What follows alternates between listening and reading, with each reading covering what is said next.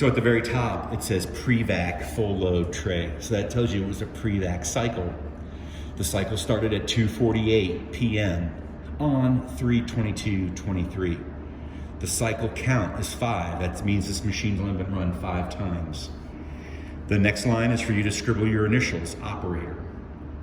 Underneath that, it says sterilizer, VAC 2. The other one is called VAC 1, because for your record keeping, you have to know which sterilizer it came from, and they're both identical units, so we have to number one of them as 1 and the other one as 2.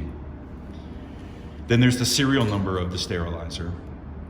Underneath that, it says sterilizer temp, which was 270 degrees.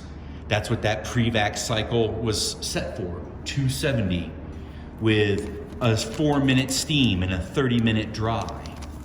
Okay, the control temp, it just says 272, because we have to get the machine a little bit above 270 and then let it come back right down to 2. We have to get it a little above 270 to 272. Just because it's not receiving the steam. It's like I should have had steam by now.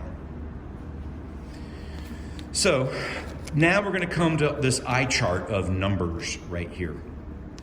But it's really pretty simple to figure out. So all we really have is the time and then the temperature, and on this column whether it was a pressure or a vacuum, and that's indicated by the P or the V at the end of the number. It was this much pressure or this much vacuum, this much pressure or this much vacuum. Over here on the left, we see all those letter C's going down, right? And that means that the unit is conditioning. Remember how I told you the sterilizer only does 3 things. It conditions, and then it sterilizes, and then it exhausts. That's all it knows how to do. So when you see the C, that means the unit spent that many minutes and time getting the temperature up to 270 degrees. We conditioned it, and the pressure and the vacuum means simply we bring steam in and we vacuum it out. And we put steam in and vacuum it out. Put it in, vacuum it out. And it does that many, many times to get the chamber hot enough.